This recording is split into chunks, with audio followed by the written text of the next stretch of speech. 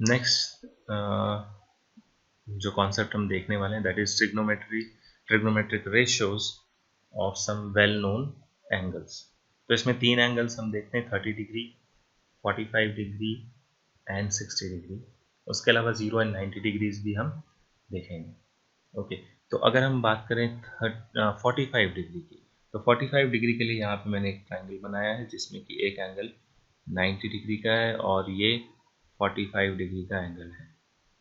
Suppose these vertices are A B and C. तो अगर ये 45 है तो हमें पता है कि जो तीसरा एंगल बचा even that will be 45 degree.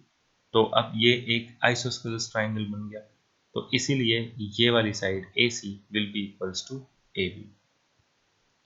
तो सपोज इसका हम, क्योंकि ये रेशियोज ही है तो हम कोई भी वैल्यू ले सकते हैं, एक्स एक्स भी ले सकते हैं, हम 1 1 भी ले सकते हैं। फॉर सिंपलिसिटी मैं 1 ले रहा हूँ तो ये भी 1 होगा।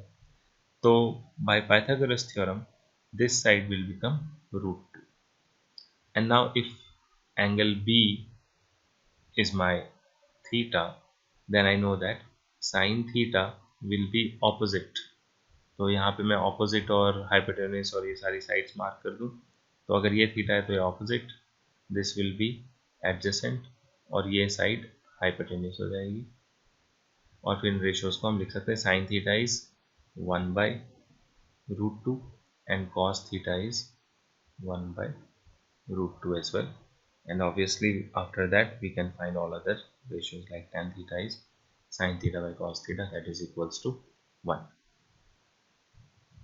नेक्स्ट आता है 30 डिग्री एंड 60 डिग्री।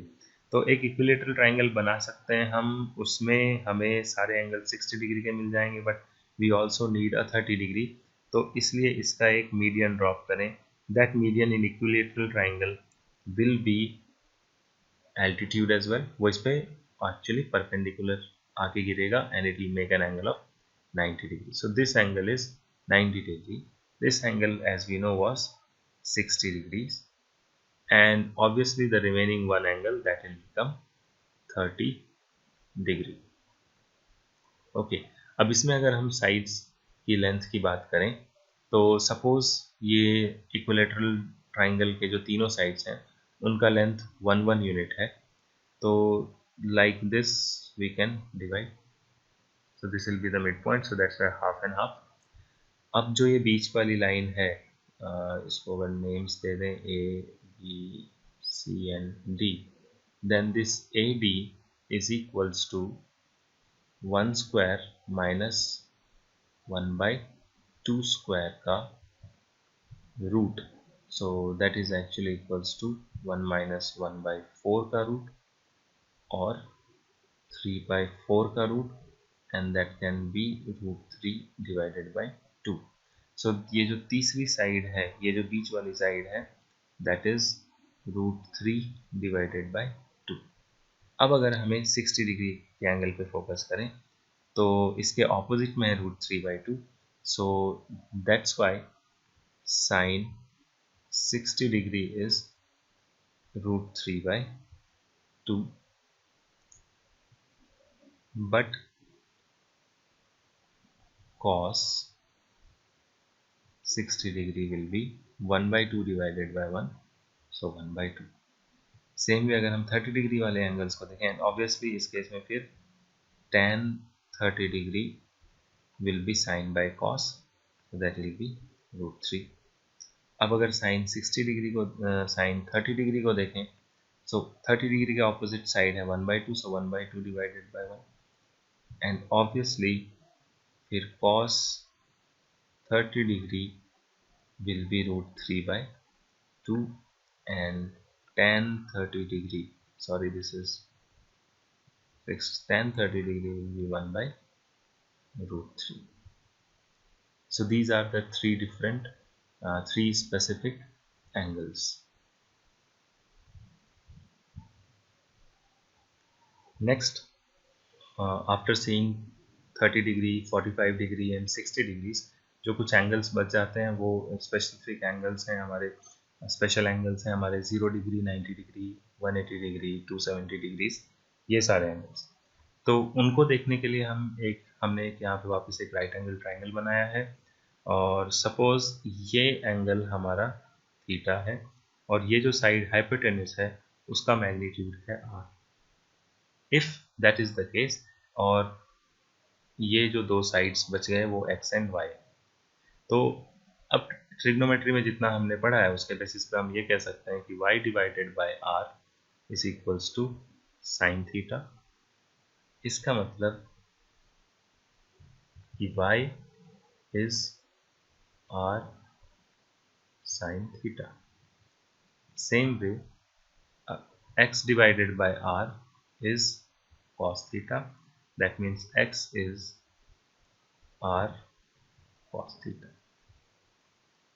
ओके, तो अगर ये ओरिजिन होता, अगर ये 0,0 होता, तो ये जो पॉइंट है अगर ये पॉइंट x एक्सिस पे होती, अगर ये x एक्सिस पे होती और अगर ये हमारा y एक्सिस होता,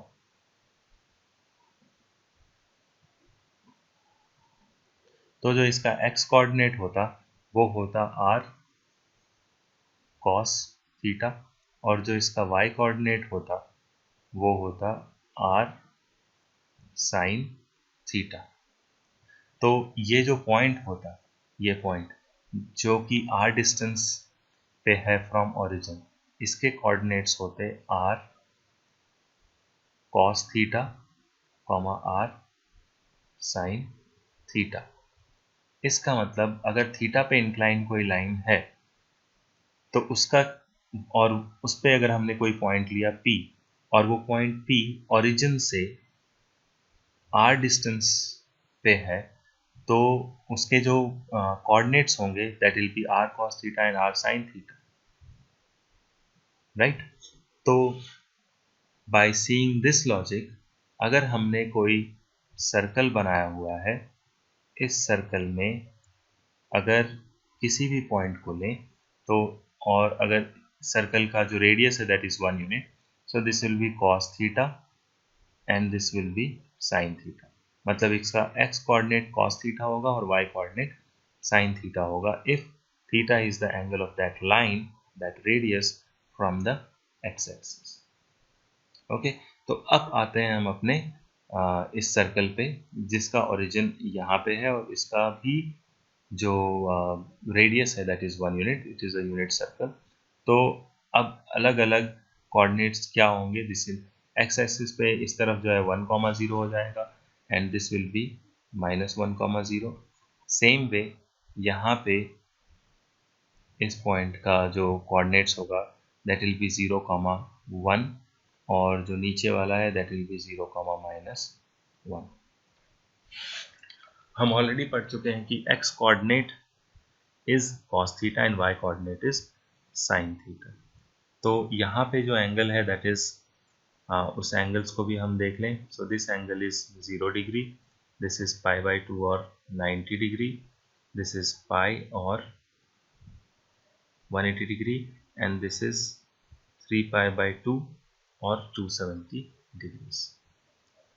तो अब अगर कोई हमसे अब अगर हमें पता करना है sine 0 degrees, so that is y coordinate वहाँ पे कितना है 0। सेम वे cos 0 डिग्री, वहीं पे x कोऑर्डिनेट कितना है 1। Okay, what is next, sine 90 degrees is 1 while cos 90 degree, 90 degree पे cos मतलब x कोऑर्डिनेट कितना है 0, so this is 0। Same way sine pi या फिर 180 degrees is equals to 0, but cos 180 degrees is equals to -1, and then we have sin 3π/2 that is 270 degrees, that is equals to -1, while cos 3π/2 is 0. So like that we have different values of these ratios, which is actually one of the fours, actually one of the threes, -1, 0 या फिर 1। और उसको याद रखने के लिए हमें सिर्फ ये डायग्राम अगर याद रह जाएगा, तो this diagram will act as our shortcut to learn this 4 different